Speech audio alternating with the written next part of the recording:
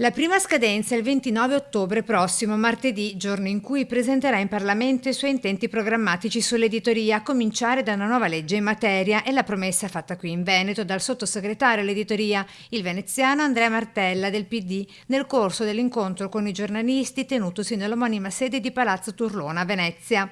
Di una nuova legge sull'editoria che chiamerò 5.0 e che possa fare i conti con la modernizzazione che è avvenuta nel corso di questi anni, con la rivoluzione digitale, ma anche e soprattutto con la capacità di garantire un rilancio dell'intero settore, sia del giornalismo che dell'editoria. Tra le istanze di cui si farà portavoce a Roma la questione contributi statali, in particolare l'informazione televisiva locale. Si sta lavorando affinché non ci sia nessun taglio, concessioni comprese, ha anticipato. Stiamo lavorando per garantire una stabilità e una continuità del sostegno dello Stato al pluralismo dell'informazione anche di carattere territoriale. Altra novità, la quota della web tax che potrebbe essere veicolata al mondo dell'editoria e dell'informazione. Se verrà approvata nella prossima legge di bilancio è un passo in avanti che io spero di poter consolidare anche negli anni futuri.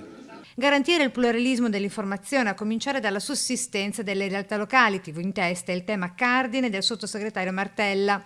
E quindi si è impegnato formalmente a garantire il sostegno economico diretto e indiretto. Noi ci siamo sempre battuti per questa cosa e non nascondendoci mai che i contributi vanno alle aziende virtuose. Il rilancio dell'informazione che nasce dal dialogo, il confronto, il rispetto tra le persone per i giornalisti, il giornalismo e tutto il settore. Finalmente abbiamo un interlocutore con cui discutere, con cui confrontarci, con cui porre le basi per delle riforme serie, delle riforme che garantiscano la libertà e l'autonomia e l'indipendenza dei giornalisti e di conseguenza un'informazione la migliore possibile.